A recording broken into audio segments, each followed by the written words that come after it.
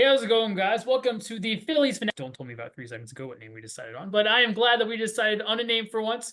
Again, the rebranding of the what was known as the Highly Taken podcast. Now we're going about Philly sports because we know that better. So I am David, back at you again from Tallahassee, Florida. Christian, Elkin, Maryland. Dylan, Des Moines, Iowa.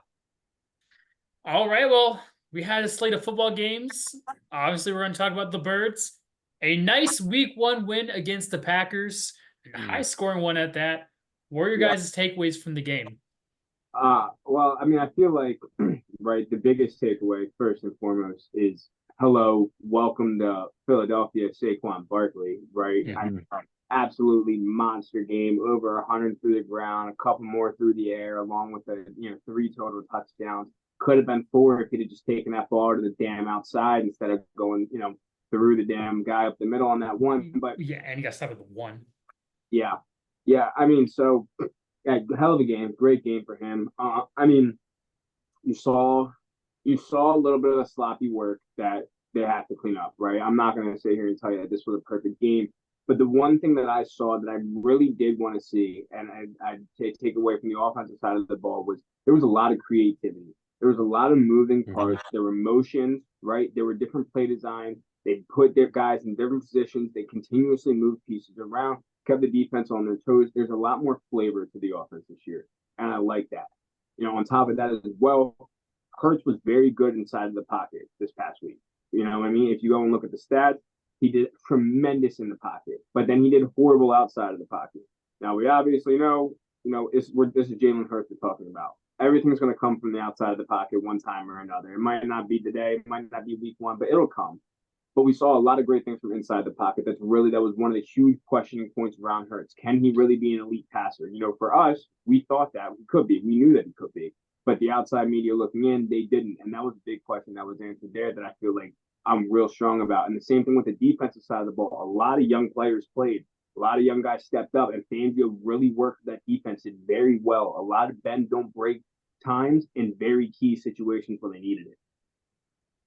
And what do you think, Dylan? So one thing I'm going to ask you guys is, out of Jordan Love and Jalen Hurts, who would you guys say played the better game? I mean, I think obviously Jalen Hurts did. I'm not sure if it was the field or what. Jordan Love missed a lot of easy throws that I did not see him missing last year. There were some times where he'd skip a ball to a wide open receiver. Another times where I think back-to-back plays, he skipped the ball to the receiver. Next play threw behind the receiver when he was running a route to the inside. He didn't look amazing. He got away with a lot of picks. Should have had a pick 6 by Nakobe Dean.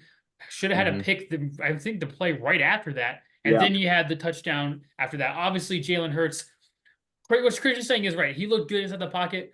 Uncharacteristically look bad outside the pocket. I think a lot of things he's doing is he tries too much. We saw a little bit of that last year. He tried too much to make the big play.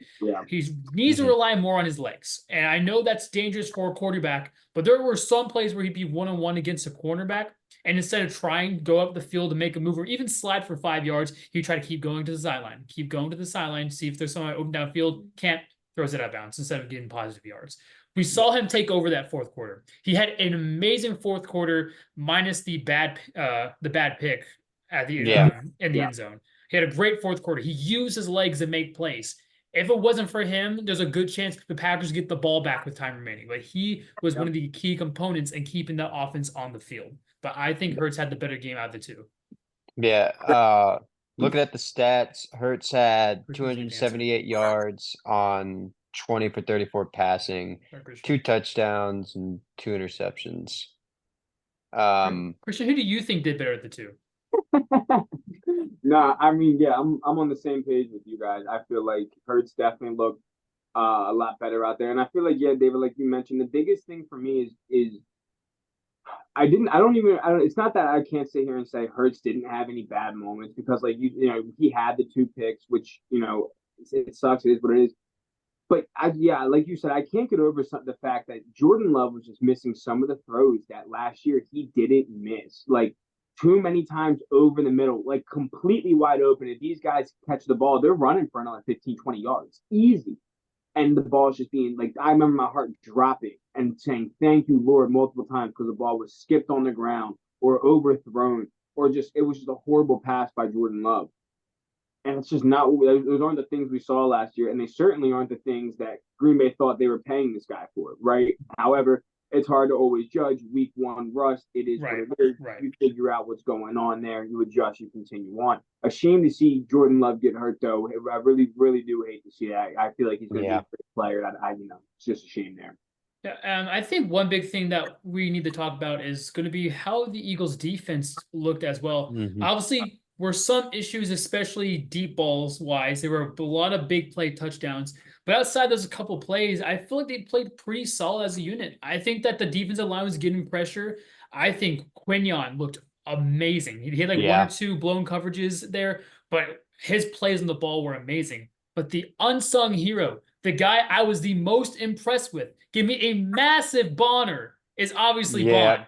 He had his backfield vision was impeccable. The amount of times you could hit a hole, stop a run for negative yards was amazing. Jacoby had a great game, minus the drop pick six, but he's a linebacker. We'll give him credit for that. The linebacker core looked solid, more solid than, or maybe more solid than it was with TJ Edwards. I hopefully this is the trend upwards. Hopefully this wasn't a fluke, Mhm. but I am really sold high on Bond right now. Yeah. 100%. Zach Bond had 15 total tackles, 11 of them solo. He had 2 sacks as well, and 1 tackle for loss, was the stats that I looked at. Yes, Quinyon Mitchell looked amazing. First game, two pass deflections. He was fired up. You could tell. Tried to talk to the other team. Luckily, Reed Blankenship pulled him back. Uh, Played really well. Speaking of Reed Blankenship, let's give him credit where credit's due. Uh, the Eagles were losing momentum, and Reed Blankenship said, "You know what? I'm going to take this ball, and we're going to get the offense in great field position." But you know who else was there in coverage to block the receiver? Yeah, Bond. Bond dropped back.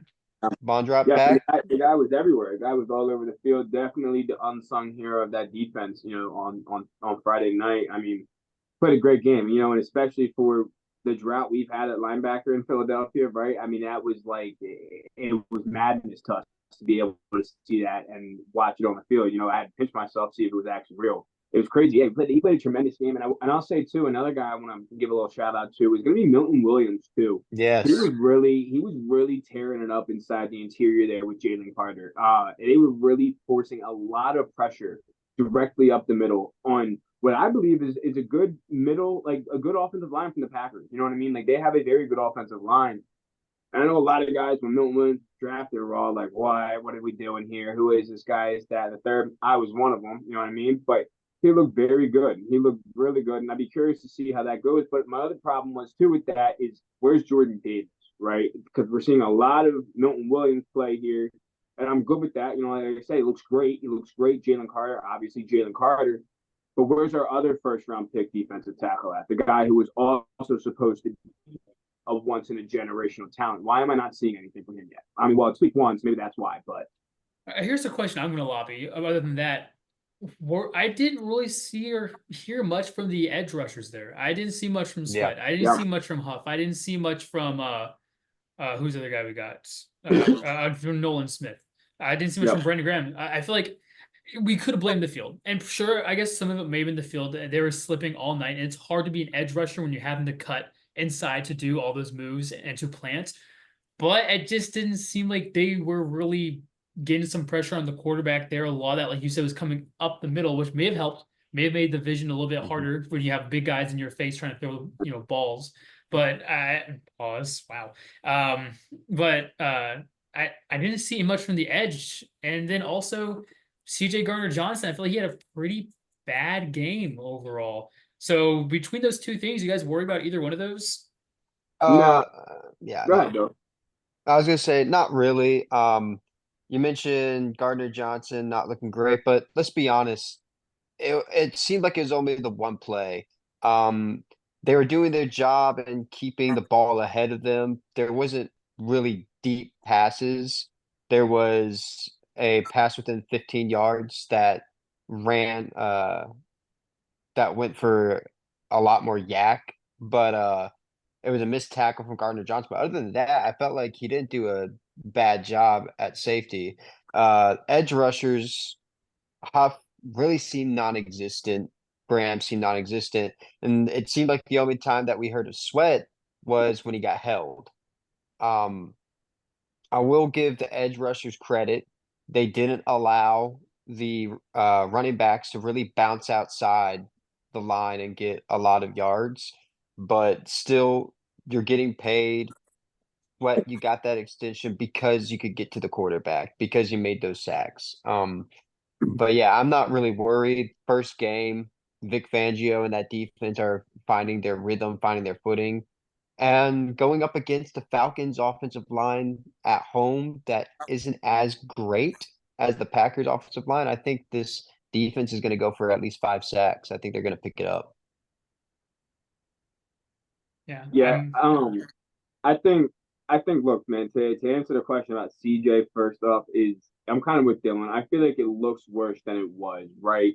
Like if you're telling me right now that out of everybody on the defense, CJ Gardner was the worst one to play, then we played a good game on defense, right? That's how I view it because it wasn't that horrible. We had, yeah, you had the 2 missed tackles. Okay, come on, wrap up. Let's make the damn tackle. Don't get your ankles taken.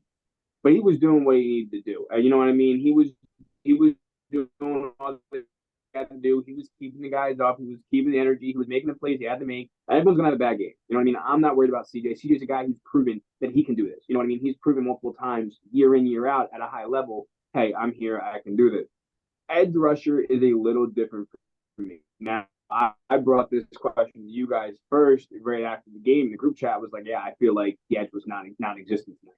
And that worries me. You know what I mean? I get it. You know, you can give them the excuse of the turf. And okay, even if I give you the benefit of the doubt, then we really see what it's like here in week 2. But it's not a great of a line, I feel like, in Atlanta as it is in Green Bay. And so it's kind of like, okay, so now, you leverage a little bit, like how much you weigh on look at it. But I can't get over the fact that, yeah, nobody from the edge was getting there. I really can't. When you have guys, that are supposed to be guys who are going to be stars. Now, however, that's another thing with Philly at the edge position. I feel like right now we have a lot of boomer bust guys. We have a lot of guys that aren't 100% proven. Nolan Smith is not a proven DN. Brandon Graham, he's proven, but this is his farewell tour. He's gone after this year. Huff, yeah, he had a good year last year. That was his first good year, right? Sweat, okay, Sweat's a little, and I didn't like to see that I didn't get anything out of Sweat. That one bothered me a little bit. But I'm gonna be honest with you, man. I think we're gonna get one. I think we're gonna get a DN. I think we're gonna trade for one coming down the line here eventually. I think Howie's gonna pull the trigger and bring somebody over to Philly. I heard, Dak Prescott just got paid, so that kind of leaves somebody on Dallas unpaid and not being able to get paid. His name might be Micah Parsons, might not be Micah Parsons. I don't know. If the Birds brought Micah Parsons, then I think we'd be investigated once again for tampering because that would be ridiculous. Dude, look at this douche canoe logging on right now as I'm about to get ready to get off here. That What? canoe would probably be like 5th place in the Olympics. Probably. Last place if it was colored canoe. Nick, good to see you for a second, buddy. Hey, what did I miss? We were just talking about our takes on the game. That's literally all we've talked about so far. So, Nick, you got any takes you want to drop? Anything you saw? Anything you liked, disliked? Yeah, I mean, obvious. Boys, I gotta get out of here before he goes. Before he goes, I gotta get out of here. Nick, you should have hopped on off the jump, bro. I gotta go. I gotta get dinner.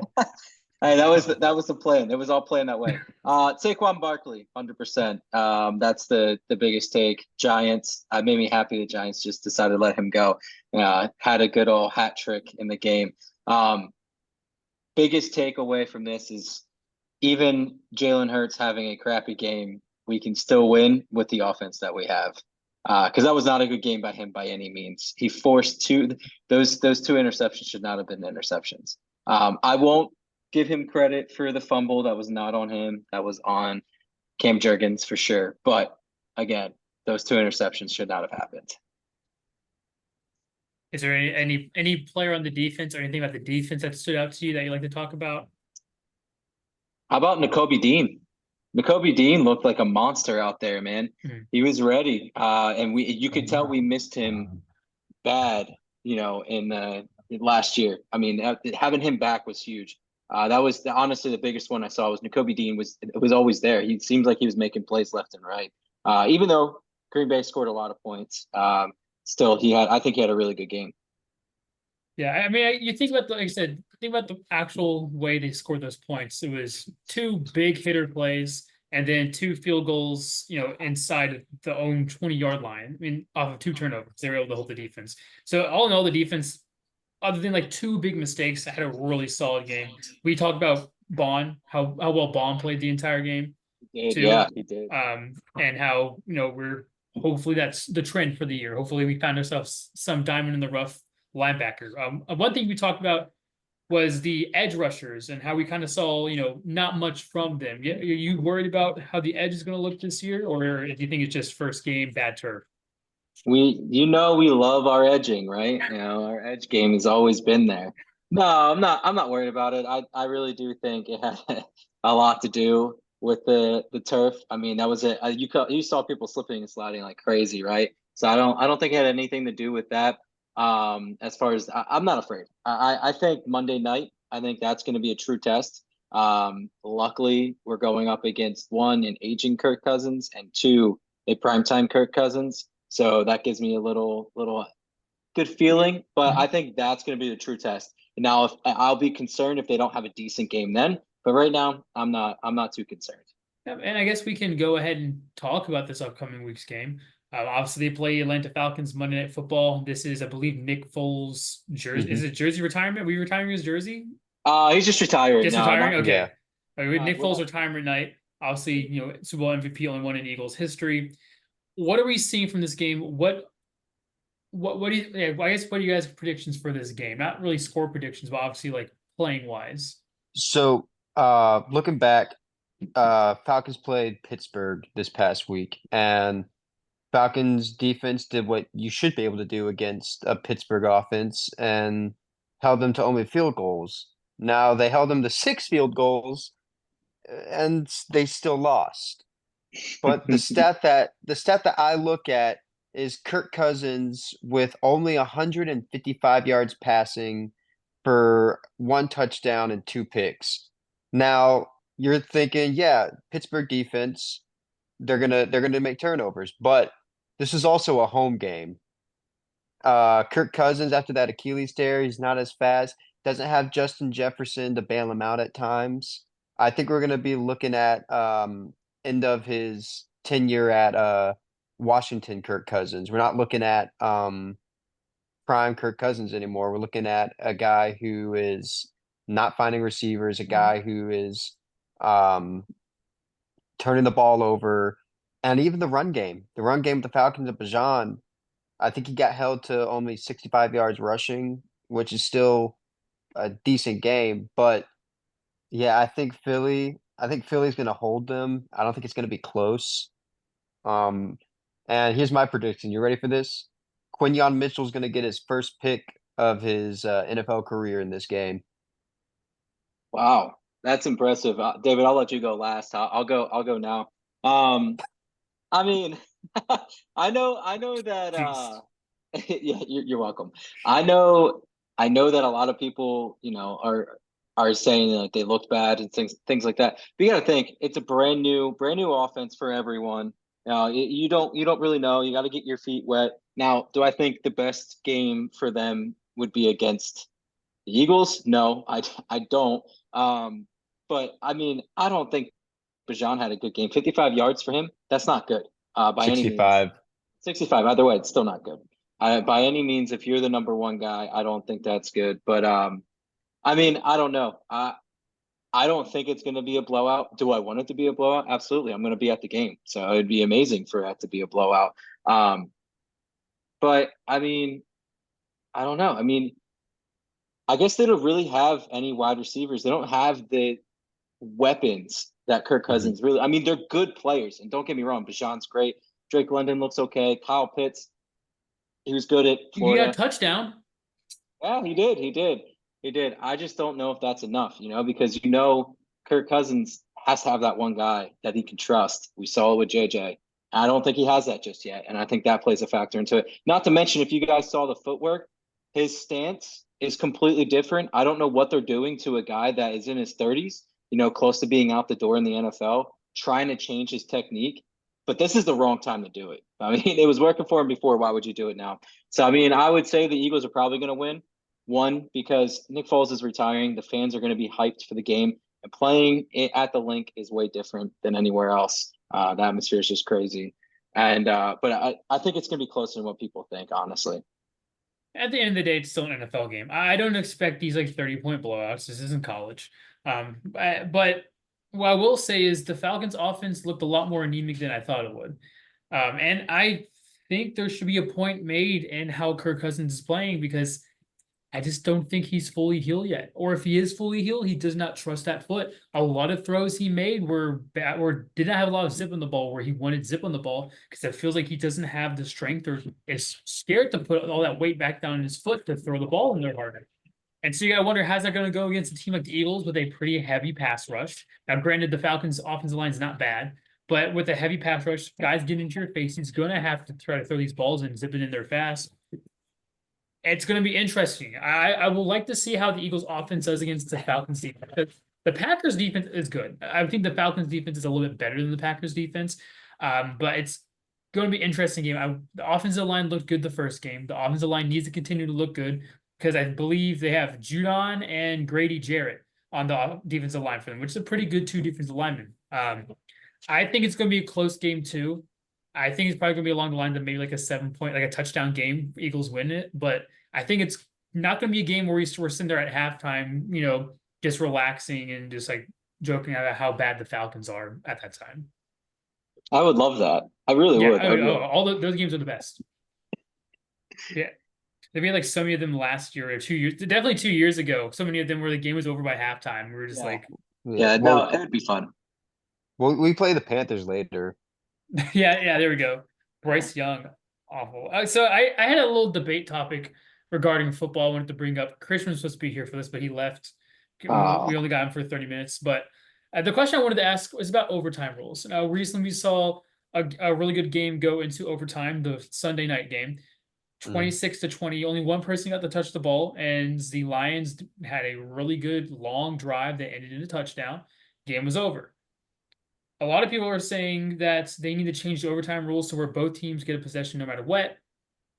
But I kind of want to argue, should we just implement the college rules into the NFL for overtime?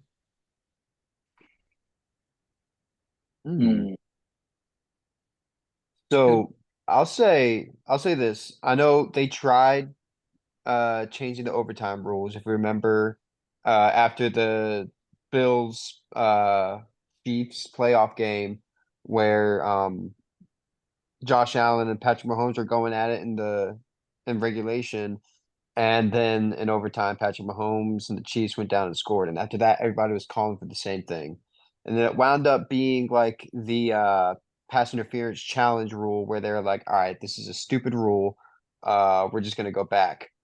But I think doing it the college way would be a lot better, rather than it being like a full, basically fifth quarter. Just make it where they're dogfighting close to the end zone. I think they started in the red zone, correct? I think 30-yard line. I believe they start at the 30 in college. All right. But yeah, still, like, that is a great idea, because you have both teams being able to get the ball, and it's not like you set them up in automatic scoring position. All it takes is a defense to make a 3 and out. You had to kick the field goal, but now your team can just score a touchdown. I'm on the fence about it. Now, do I think each team deserves at least one possession, even if it is a touchdown? I completely agree with that. I think I like the college rules to an extent as well, but I think you just play a straight quarter, I don't know, 10 minutes of a straight quarter and see what happens. I get it. People are afraid, no one wants to get hurt, but you're a pro. I mean, that's what every other sport except for soccer does that. They just extend the time. So I think you extend the time and let them duke it out. And if not, then that's when you do the college rules. I mean, let's not get too complicated at it. I'm just asking for a full quarter of people playing, not even a full quarter, just 10 minutes. I think they should just duke it out for 10 minutes, because if we would have saw 10 minutes of Patrick Mahomes and Josh Allen going back and forth down the field, that would have been crazy. And that would have been a lot of fun to watch. But I think it should be just a full quarter. I guess next thing, we only have about 10 minutes left. So if you want us to talk about anything else, I may bring in some baseball right now. We're really close to playoff time. Yeah. Clemens, give that dude a starting spot now. Phillies and I was gonna say Phillies and Dodgers too, tied for first in the NL right now. Yeah, Phillies get the tiebreaker because they won the season series. I believe they won, say, like 6 out of 7 games they played against them this year. So we would get the tiebreaker there. Big thing right now is it's going to be the playoff race for the Phillies. Now they're up 7 games, second place. The Mets right now. The Braves are 8 games back. So right now the Braves are on the outside looking into the playoffs. Mets have that last wild card spot. Obviously, there's still about 20 some games left to be played in their season. Do I expect the Mets to make the playoffs? Oh, probably not. I probably think the Braves will probably end up coming back and, at least getting that last wild card spot. But I do hope that the Phillies with a 7-game lead can go ahead and cement their playoff spot, at least sometime soon. I don't know about you guys, but I don't want to be the 1 seed. 1 seed's interesting. I don't want to buy. I don't think this team needs a buy. I think they need to continue to play. We've seen what they can do not having the buy, coming in as a wild card spot. And I really do believe that it's better for them not to have that first round bye. I don't think they need the 3-4 games off before they play. I think it just needs to go right at it. And I hope they get the 2 seed, because I think they're better off at the 2 seed. Yeah. I agree. Sorry. Yeah.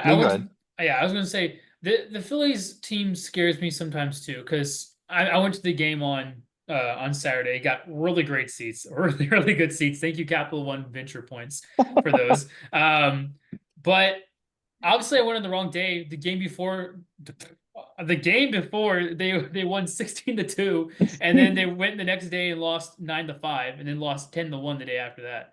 Who was pitching? Nola. Nola did not look good, but who also didn't look good?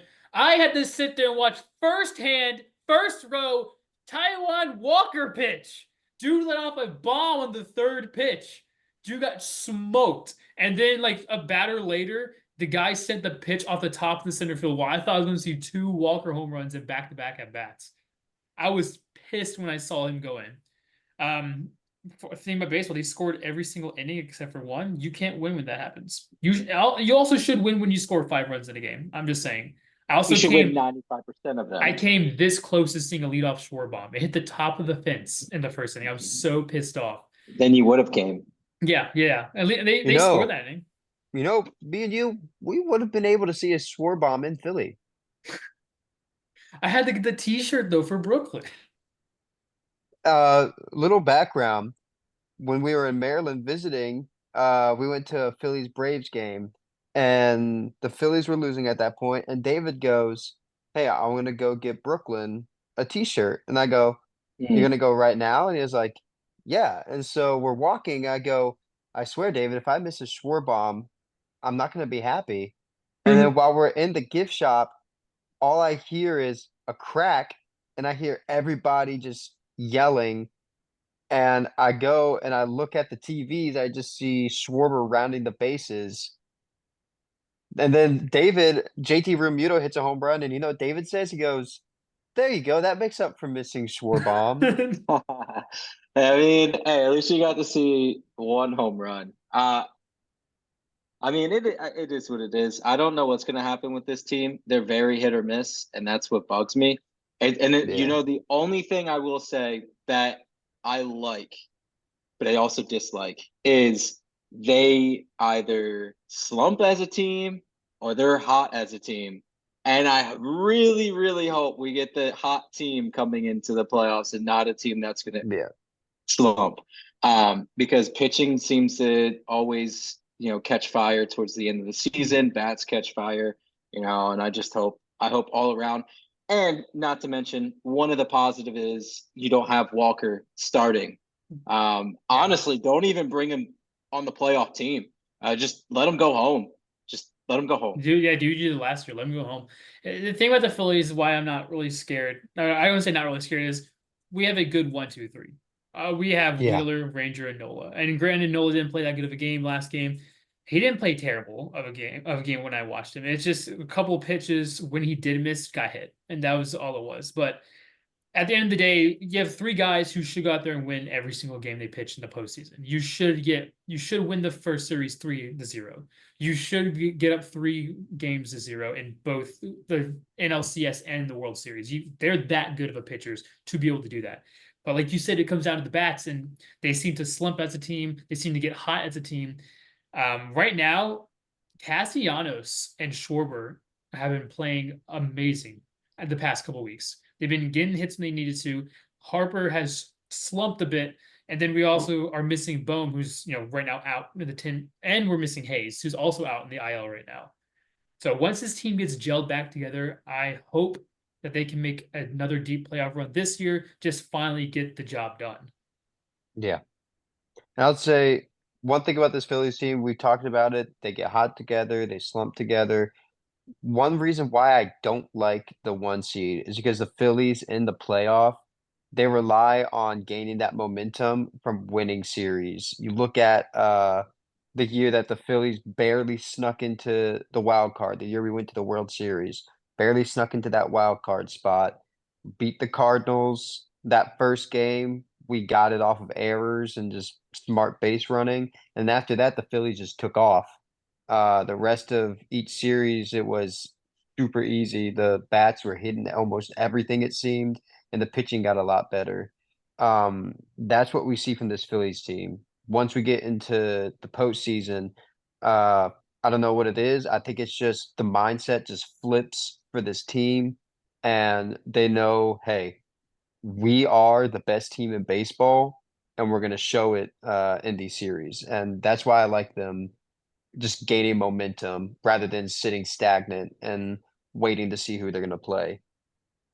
I gotta bring this up too. I love Harper as a leader too. I don't know if you guys saw it. You probably did. He hit that shot off the wall, and he thought it was gone, and he didn't run out. He ended up only getting a single out of it, which caused a big issue. Runners in scoring position are always huge. First thing he did was go over to Rob and apologize. And for him to do that, knowing he made a mistake on it, I mean, that just shows the type of character he is too. And but you got to run it out too, right? Yeah. You can't expect it to be gone. But again, to own up to making a mistake like that's huge too, and that's the type of leadership that you need in the locker room. Yeah. Well, you didn't have to be afraid because Papelbon isn't in the league anymore. So, So we got about a minute here. Anything you guys want to add before we wrap up here? About less than a minute. I think Devontae Smith is about to have a over 100-yard game receiving. Yep. 100-yard receiving game. I agree. I think that this is a Devontae Smith game. Just based off of matchups, I think Devontae Smith is going to go off. And don't be afraid to put in Dallas Goedert either. I think Dallas Goedert is going to get a touchdown this weekend. I think Saquon gets 2 more. I think my hot take is that we get a Covey punt return touchdown. I think that's going to be my hot take. But I guess that's it for this week. Enjoy your all's weekend. Watch some games. I got to go get a trailer hitch installed. So that's going to be fun. Deuces. Right. But we'll see you. Deuces. How do I end this again? All the buttons are different. There's a thing that says end call. And I don't have that. Oh, yes, I do.